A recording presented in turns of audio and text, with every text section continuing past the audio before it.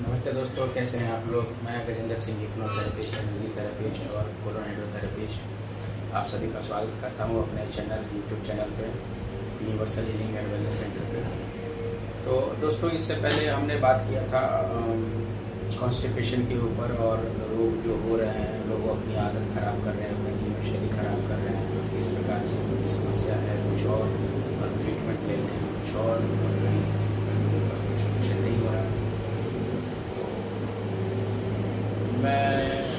मैंने उस वीडियो में लास्ट में बोला था कि कई बार ऐसा होता है कि आपकी समस्या का कारण कुछ और होता है, इस वर्तमान स्थिति से कभी अलग दुनिया का वो रहस्य है। तो हम आज उसी के ऊपर चर्चा करेंगे, ठीक है। उससे पहले मैं माइक लगा लूँ ताकि कुछ अच्छा साउंड क्लियरिटी है।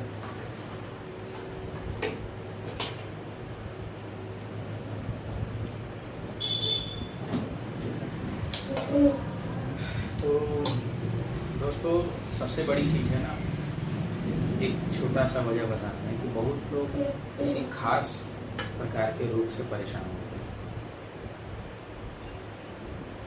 खास प्रकार कुछ भी हो सकता है, चाहे पेट से रिलेटेड हो, चाहे गठिया से रिलेटेड हो, चाहे सर से रिलेटेड हो, कैंसर हो, अर्थराइटिस हो, थायराइड हो, किडनी हो, ब्लड कैंसर हो, शुगर, बीपी, अस्थमा हो। शुगर को तो नहीं कह सकते, शुगर तो अपनी लोग दिनचर्या की वजह से लोगों ने अपना और गलत धारणाओं की वजह से शुगर उन्होंने जनरल कैटेरिया का रोग बना दिया उन लोगों ने। लेकिन आप लोग मानेंगे नहीं, कई बार हमें जो पीड़ा, हमें जो रोग मिलता है वो हमें इस जीवन के कामों से, कर्मों से नहीं मिलता, किसी और जीवन के कर्मों से मिलता है। आपको सुन के हैरानी होगी, है ना, लेकिन ये सच है। आपके पिछले जीवन के किसी कर्म की वजह से आप इस जीवन में कोई एक दुख उसके कर्मों की वजह से आप भुगत रहे हैं। तो ये कार्मिक रहस्य है, इसके बारे में कभी और चर्चा करेंगे, डीपली चर्चा करेंगे उसके लिए। लेकिन सबसे पहले मैं बता दूं कि कोई भी एक समस्या है, जैसे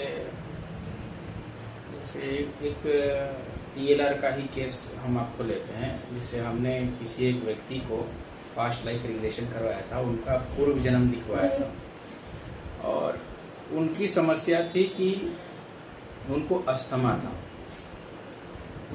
और एज उनका 45 to 50 के अराउंड में था। यही हमारे बिहार के सासाराम के हुए, उनका नाम हम डिस्क्लोज नहीं करेंगे। तो उनकी जो समस्या है कहीं से उनको मालूम चला कि जो कारण होता है, कारण का पता चलने पर भी रोग में काफ़ी सुधार हो जाता है।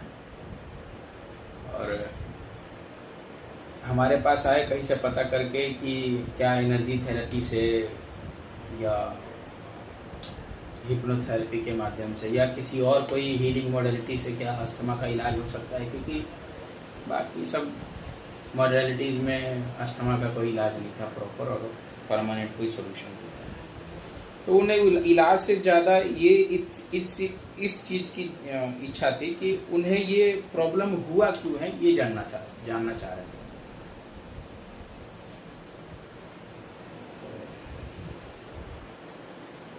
हमारे पास आए, हमने कोशिश किया कि जानने की कोशिश के लिए उनका PLR उनसे निर्धारित किया कि हम PLR करेंगे और PLR से जानने की कोशिश करेंगे कि ये समस्या किस जन्म से है और क्यों है।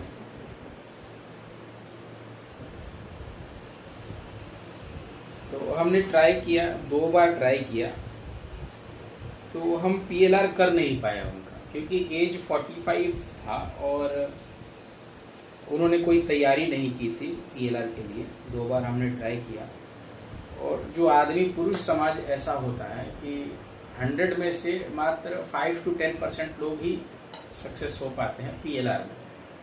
बाकी लोग थोड़ा नहीं हो पाते, क्योंकि जीवन में इतने प्रकार के लोगों से मिलना, इतनी प्रकार की बातों को अपने दिमाग में स्टोर करके रखने की वजह से वो एक्सेस नहीं कर पाते उस डेटा को जो पिछले जन्म के किसी और जन्म का वो डेटा है जो सबकॉन्शियस माइंड में स्टोर है, उसको एक्सेस नहीं कर पाते। क्योंकि इस जन्म के बहुत सारे जो इश्यूज़ हैं, जो बातचीत हैं, जो काम का लोड है, जो ज़िंदगी में और भी सारे प्रेशर का लोड, जो भी काम का लोड है, वो सारे एक तरह से दीवार बन के उसके खड़े हो जाते हैं उस एक्सेस पॉइंट के आगे।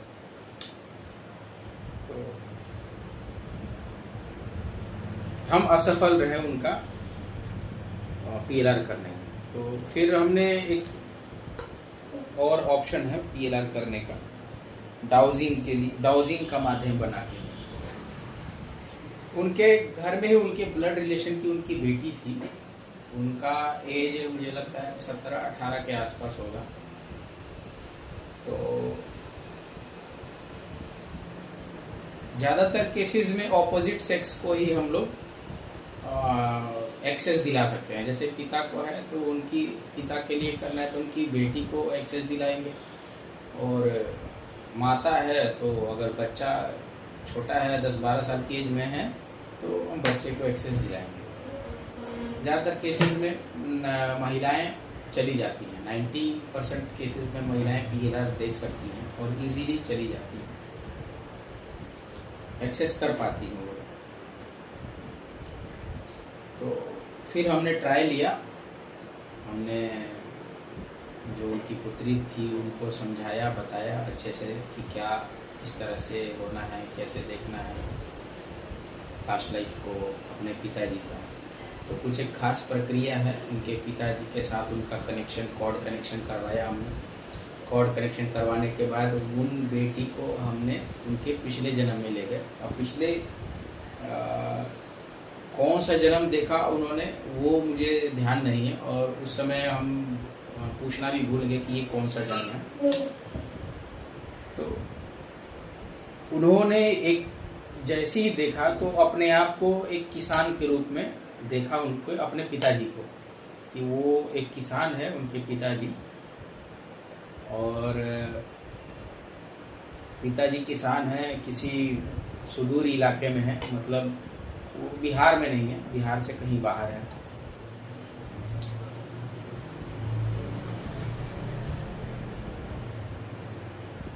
तो उस बच्ची को जब ये बोला गया कि देखिए आपके पिताजी की जो वर्तमान स्थिति की जो समस्या है अस्थमा वाली, ये क्यों है, तो उन्होंने एग्जैक्ट देखा कि उनके पिताजी की आदत थी बहुत ज़्यादा। उनको पता चला कि उनके पिताजी की आदत थी, और वो देख रही थी कि उनके पिताजी हैं जो बिल होता है, जैसे सांप का बिल होता है, चूहे का बिल होता है, दीमक का बिल होता है और कीड़े मकोड़ों का, तो इनके पिताजी की आदत थी कि ये लठ लिए रहते थे हमेशा, लठ। और ये क्या करते थे कि उस छेद को बंद कर देते थे, जहाँ छेद देखा वो बंद कर देते थे, वहाँ पे बिल मुन देते थे। इनकी आदत थी, चाहे वो सांप हो, चूहा हो और कोई भी हो, कुछ भी हो, किसी भी चीज़ का बिल हो, दीमक का हो, तो उस छेद में जो बंद हो गया उस जीव का, वो उसको ऑक्सीजन की कमी हो जा रही थी बार हमेशा, तो वो एक कार्मिक जनरेट हो गया। अब वो जैसे जैसे ऑक्सीजन की कमी हो रही थी वो भी, क्योंकि हर जीव जंतु दुखित होता है, कुछ ना कुछ तो उसकी भावनाएं निकलती होंगी। वो कार्मिक रीजन की वजह से इनके पिताजी को ये अस्थमा की समस्या है। और आप यकीन नहीं मानेंगे कि वो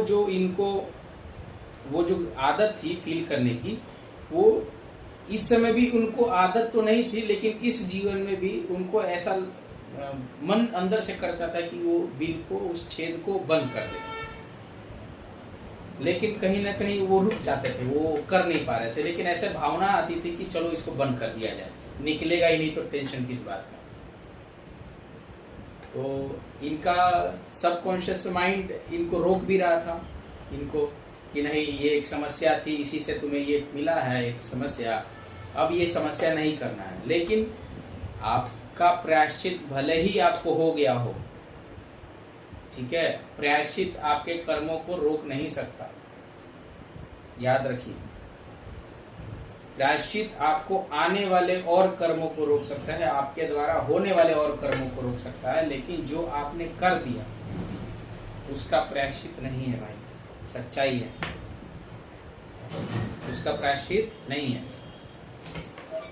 तो फिर हमने उनका कॉर्ड कनेक्शन के साथ ही उसी समय फिर हमने जो भी प्रक्रियाएं होती हैं माफ़ी का, सोल माफ़ीनामा का, उनके स्पिरिट गाइड से, उस एनर्जी से उनकी माफ़ी करवाई, और माफ़ी करवाने के बाद उनकी कॉर्ड कनेक्शन कटिंग करवाई, और वो कर्म को वहीं पर रोका हमने, क्योंकि वो कर्म जहाँ पे बन जाते हैं ना, उनकी ऊर्जाएं आप फ्लो करती रहती हैं ब्रेन में, क्योंकि सब कॉन्शियस माइंड में ये कर्म रिपोर्ट हो गया, वो कर्म की वजह से जो असर होना है वो हो के रहेगा, कोई नहीं रोक सकता उसको। आप कितना भी बाबा को दिखा लीजिए, कितना भी मंदिर में पूजा पाठ कर लीजिए, कितना भी आप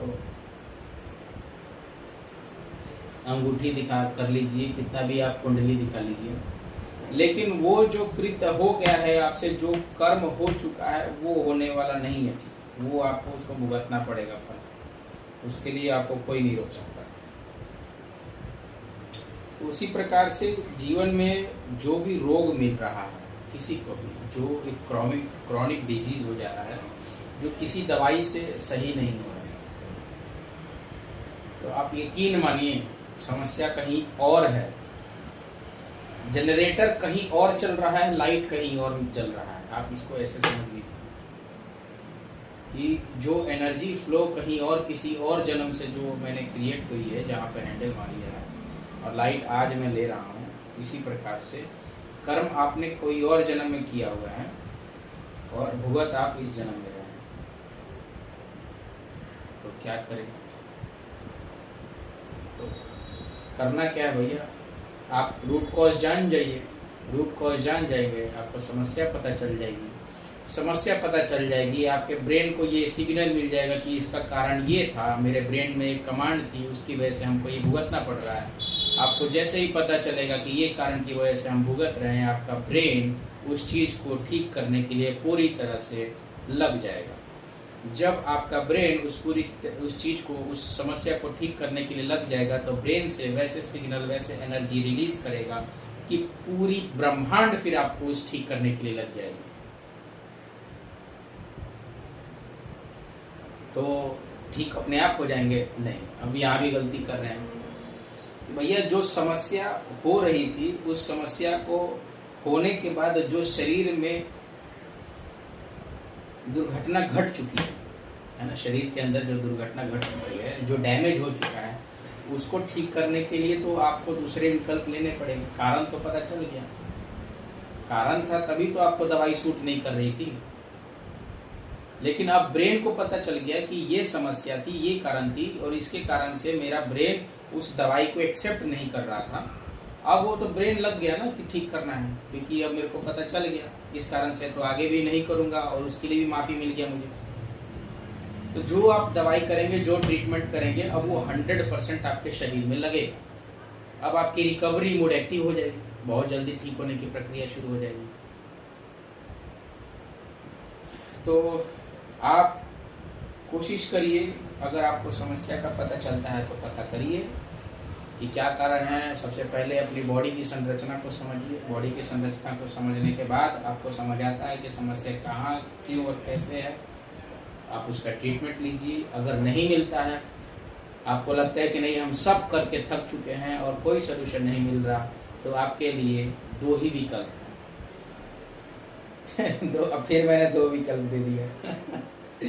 पहला विकल्प भैया, दूसरा जो एनर्जी थेरेपी, जबरदस्ती ठीक किया जाए, मतलब आपके कर्म के ऊपर एक पर्दा डाला जाए, है ना, कर्म के ऊपर एक पर्दा डाला जाए और यहाँ चोरी से ठीक कर दिया जाए, डायरेक्ट कर्म को काट दिया जाए और यहाँ ठीक कर दिया जाए। बात समझे?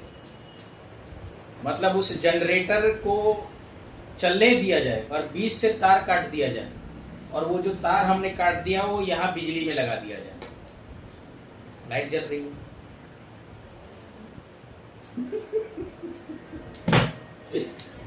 अच्छा था ये वाला।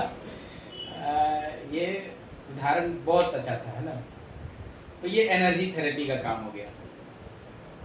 लेकिन जो लोगों को वाकई में कारण जानना है कि कारण मुझे क्यों हुआ ये समस्या, मेरी लाइफ में ये प्रॉब्लम क्यों आया, तो उसके लिए भैया एक ही सॉल्यूशन है, PLR, past life regression therapy, जिससे आप पता कर सकते हैं कि आपके जीवन में आपको ये समस्या क्यों है।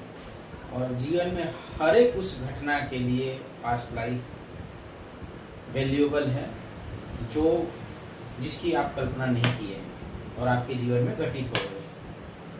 क्योंकि भगवान श्री कृष्ण ने भी कहा था कि बेटा कर्म करो, फल की इच्छा मत करो। लेकिन ये जो शब्द है ना, कर्म करो और फल की इच्छा मत करो, कर्म तो करना है लेकिन फल की इच्छा मत करो, ये क्यों न करो, ये इसका सारांश किसी ने समझा ही नहीं। इसका मतलब कि फल की इच्छा क्यों न करें।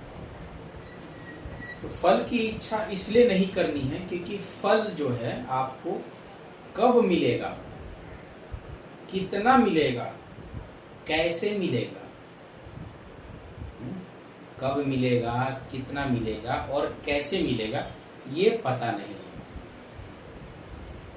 क्या पता आपका 20 जन्म पहले कोई कर्म था, उस कर्म का वो कुछ हिस्सा बच गया था, तो आपको इस जन्म में पूरा करना है। क्योंकि आप हर जन्म में नया कर्म कर,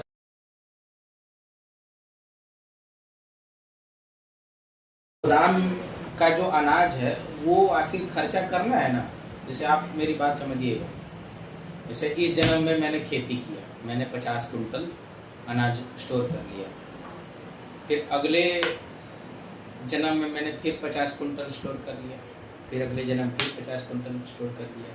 लेकिन इस जन्म में मैंने जो 50 कुंटल स्टोर किया था, अगले जन्म में वो खाते खाते 30 कुंटल ही खत्म कर पाया, लेकिन 20 कुंटल तो है ना।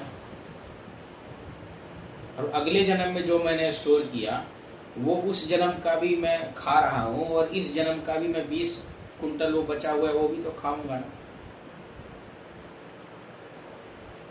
और वो जब जुटते जा रहा है और वो सारे चावल मिक्स होते जा रहे हैं, इस तरह से इस जन्म का 5 कुंटल भी अगर बच गया और मेरे आने वाले 10 जन्मों में वो 5 कुंटल बचा रहा, तो 10वां जन्म तो फिर वो बचा हुआ 5 कुंटल खाऊंगा ना।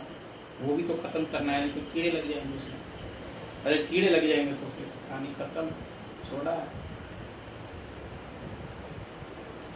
ठीक है, तो मैं उम्मीद करता हूँ कि आप लोग समझ चुके होंगे कि समस्या क्यों है। कोई भी रोग, बड़ा रोग और बहुत बड़ा रोग, मरणासन स्थिति तक लाने वाला रोग क्यों होता है। इसके बाद हम जानेंगे अगले नेक्स्ट पार्ट में कि कोई भी मनुष्य का जन्म रोगों के लिए नहीं हुआ है, रोगों से मरने के लिए नहीं हुआ है।